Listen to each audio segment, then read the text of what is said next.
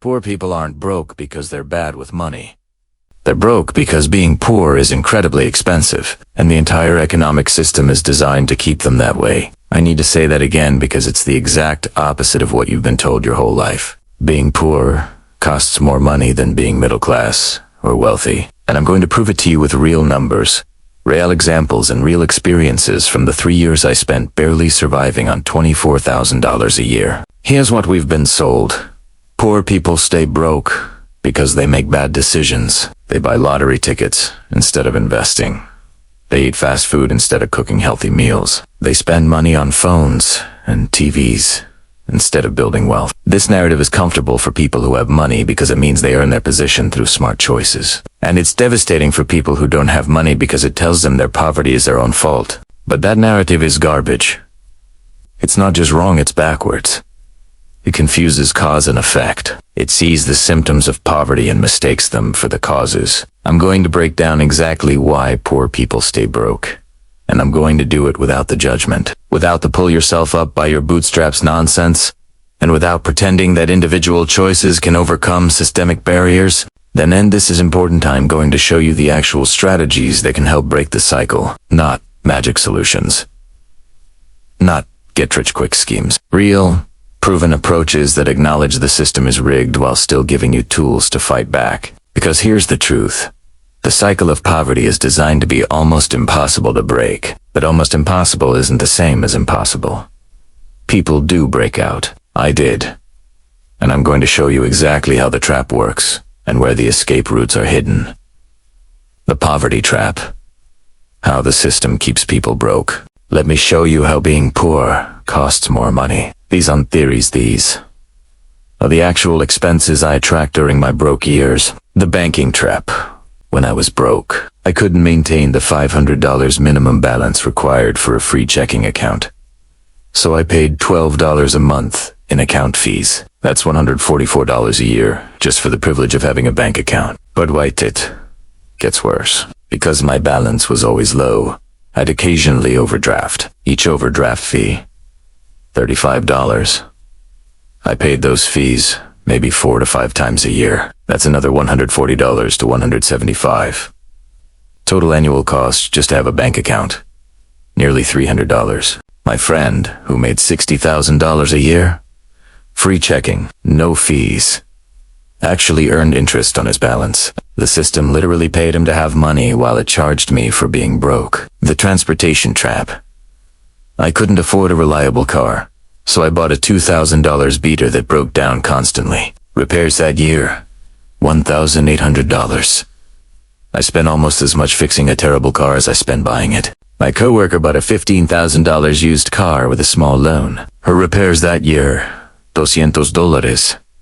She also got better gas mileage, had reliable transportation for job opportunities, and wasn't constantly stressed about whether her car would start. Being too poor to afford a decent car cost me $1,600 more in transportation expenses that year than it would have cost to have a better vehicle. The housing trap. I rented a cheap apartment for $650 a month because that's what I could afford. No washer, dryer.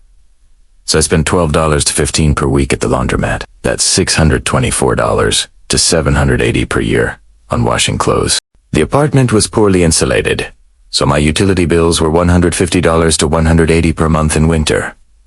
That's $1,800 to $2,160 per year. My friend paid $950 for a nicer apartment with washer, dryer included, and better insulation. Her utilities ran about $80 per month. She saved $1,500 to $2,000 per year on laundry and utilities by being able to afford a more expensive apartment up front. Being too poor to afford the more expensive apartment cost me $1,500 annually. Two.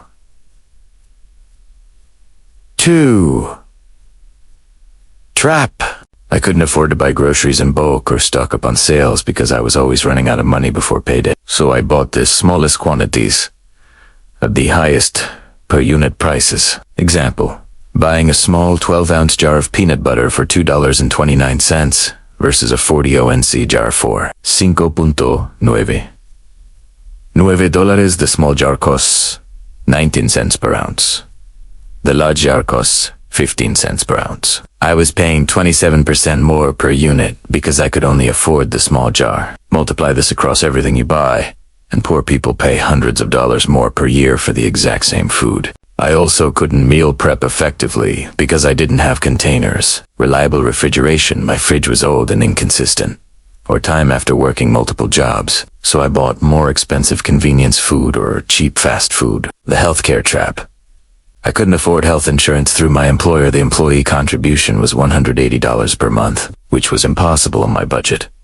So I went without insurance. When I got bronchitis and couldn't breathe, I waited 2 weeks before going to an urgent care clinic. The bill, $380. With insurance, it would have been a $20 copay. I didn't get preventive care, didn't get prescriptions filled, didn't go to the dentist. This led to more expensive emergency treatments later. In 3 years, without insurance, I probably spent $2,500 on healthcare. That would have cost me $500 with insurance. But I couldn't afford the $180 a month to save money long term because I needed that $180 for rent and food that month. The credit trap. I had bad credit from a medical bill I couldn't pay in college. This meant higher interest rates on any loan I could get, 18 to 24%, instead of 6 to 8% security deposits on utilities, $150 to $200 each. Higher car insurance rates, $1,400 a year versus $800 a year for good credit. Couldn't qualify for credit cards with rewards, so I missed out on 2% cash back that wealthy people get for spending money they already plan to spend. The time trap. This is the one people don't talk about. When you're broke, everything takes more time. I spent 6 to 8 hours per month dealing with financial crisis management, calling about late fees, rearranging payment dates, figuring out which bill to pay this week and which to delay, driving across town to find the cheapest gas, shopping in multiple stores to find deals. That's nearly 100 hours per year. If I'd had money, I could have used those 100 hours to learn new skills, work a side hustle, or simply rest, so I wasn't constantly exhausted. Wealthy people say, time is money. For poor people, not having money costs you time, which prevents you from earning more money. It's a trap. Adding it up, just from these examples, being poor cost me approximately $5,000 per year, more than it would have cost to be middle class. That's $5,000 I could have saved, invested, or used to improve my situation, but instead it went to poverty taxes and fees. This is why poor people stay broke. It's not because they're making bad decisions. It's because the entire system is designed to extract maximum costs from people with minimum resources. The psychological traps, but it's not just financial. The psychological traps are just as destructive. Decision fatigue. When you're broke, every single decision is a financial calculation. Should I buy the name brand milk or generic? Can I afford to take the bus or should I walk? Do I buy vegetables or just more rice? By the time I got home from work, I'd made 50 plus financial decisions that day. I was mentally exhausted. This is why poor people sometimes make impulsive purchases. It's not lack of discipline. It's decision fatigue. Your brain is tired from constantly calculating survival, the scarcity mindset. Research shows that poverty actually reduces cognitive function, not because poor people are less intelligent, but because having your brain constantly in crisis mode uses up mental resources. When you're worried about how you'll eat next week, you can't think clearly about long-term planning. When you're stressed about rent, you can't focus on building skills for a better job. The mental load of poverty makes it harder to escape poverty. The immediate crises trap. When every day is a financial emergency, you can't plan for the future. People say poor people don't save. But when you have $20 and you need $30 for food this week, you can't save. The immediate crisis always wins. I knew I should be saving money. I knew I should be building an emergency fund. But I also knew I needed to eat today. And those two goals were in direct conflict. The shame spiral. Society tells you that poverty is your fault, so you feel ashamed. The shame makes you isolated. The isolation means you don't have connections for better job opportunities. The lack of opportunities keeps you poor. The poverty increases the shame. It's a cycle that's incredibly hard to break, especially when you're also exhausted from working multiple jobs and managing constant financial crises. How to actually break the cycle. Now, here's the part that matters. How do you break out of this trap when the system is designed to keep you in it? I'm not going to lie and say it's easy. It's not, but it is possible. Here's what actually worked for me and what I've seen work for others. Strategy number 1. Reduce the poverty taxes first. Your first goal isn't to save money, it's to stop bleeding money to poverty taxes. For me, this meant getting a bank account at a credit union with no minimum balance and no fees saved $144 a year. Setting up overdraft protection, linked to savings. Even with just $25 in savings saved $140 to $175 a year. Carpooling with a coworker and splitting gas saved $600 plus a year. Moving to a slightly more expensive apartment with utilities included saved $800 plus year after the math worked out. These weren't about earning more or spending less on wants. They were about reducing the system's costs that exist only because I was poor. Strategy number 2. Build a tiny buffer, not an emergency fund. Forget the advice about 3 to 6 months of expenses. When you're broke, that advice is useless and demoralizing. Your first goal is $25. That's it. $25 in the savings account you don't touch. Once you hit $25, go for $50. Then $100. Then $250. Why does this matter? Because $250 turns some emergencies into inconveniences. Car repair for $150. Still sucks, but it doesn't destroy your whole month. Medical copay for $60? You can cover it without skipping rent. It took me 8 months to save my first $250. But that $250 changed everything because it broke the constant crisis cycle. Strategy number 3. Increase income before cutting expenses. This is controversial, but it's true. When you're broke, you can't cut your way to wealth. You're already not spending on anything unnecessary. The path out of poverty is almost always through increasing income, not decreasing spending. This might mean asking for a raise. Research shows people who ask get it 80% of the time. Switching jobs, job hopping, increases income faster than staying put. Learning a higher paying skill, even free online courses, can lead to better opportunities. Side income, but only if it doesn't destroy your mental health. I increased my income from $24,000 to $35,000 in 2 years by switching jobs twice. Each switch came with a raise. That $11,000 increase did more to improve my financial situation than 3 years of extreme budgeting ever did. Strategy number 4. Use every program you qualify for. No shame SNAP benefits, Medicaid, LIHEAP for heating assistance, Section 8 housing, earned income tax credit. These programs exist because the system is broken and people need help. Using them isn't cheating. It's not a moral failing. It's using the resources designed to help you survive while you build towards stability. I qualified for SNAP and used it. That $189 per month in food assistance meant I could use my actual money for the buffer fund. It was a bridge, not a destination. Strategy number 5. Protect your mental health. This sounds soft, but it's essential. The psychological toll of poverty will keep you trapped if you don't address it. Find free or sliding scale therapy if possible. Use free resources like crisis text lines. Join online communities of people in similar situations. Take walks in free parks. Do anything that reduces your stress without costing money. I didn't understand this until I was 3 years into my broke period and completely burned out. Mental health isn't a luxury, it's a requirement for having the energy and clarity to change your situation. Strategy number 6. Build connections.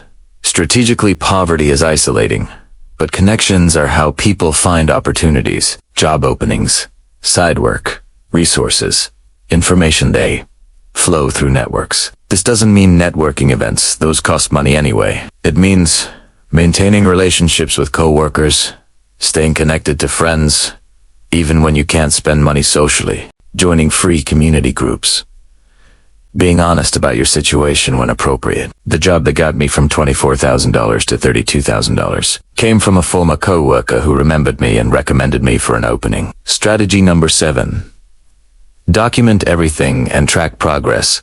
When you're in the cycle, it feels like you're never making progress, but small wins matter. I tracked every poverty tax I eliminated, every dollar I saved, every income increase. When I felt hopeless, I could look back and see that I'd reduced my banking fees from $300 a year to zero, built a $250 buffer fund, and increased my income by $3,000. Progress was slow, but it was real. Documentation made it visible. There, all through it. Here's what I need you to understand.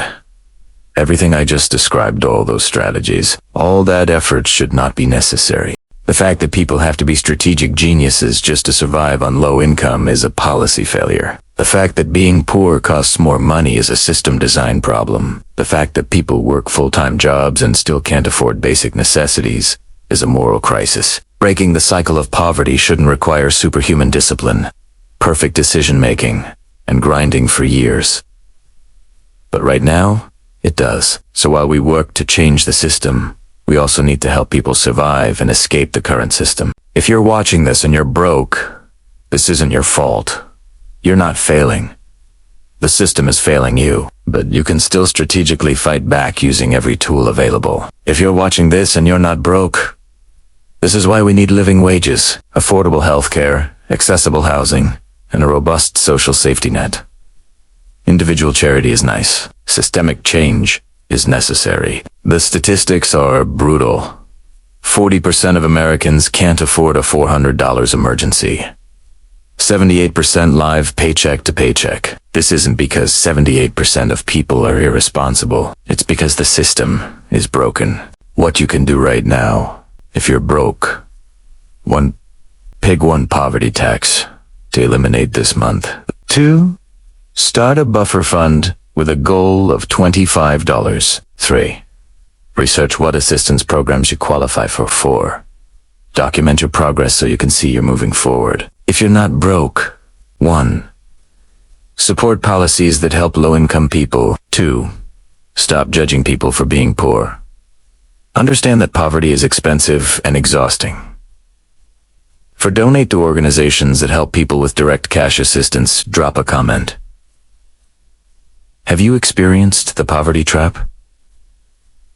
What poverty taxes have you paid? Or what helped you break the cycle? If this video changed how you think about poverty, share it. Not everyone understands that poor people stay broke because being poor is expensive. Not because they're making bad choices. The cycle is brutal. The system is rigged, but people can break out. It shouldn't be this hard, but until we fix the system, we need to help each other survive it and escape it. You're not broken. The system is broken. Now let's figure out how to break out of it.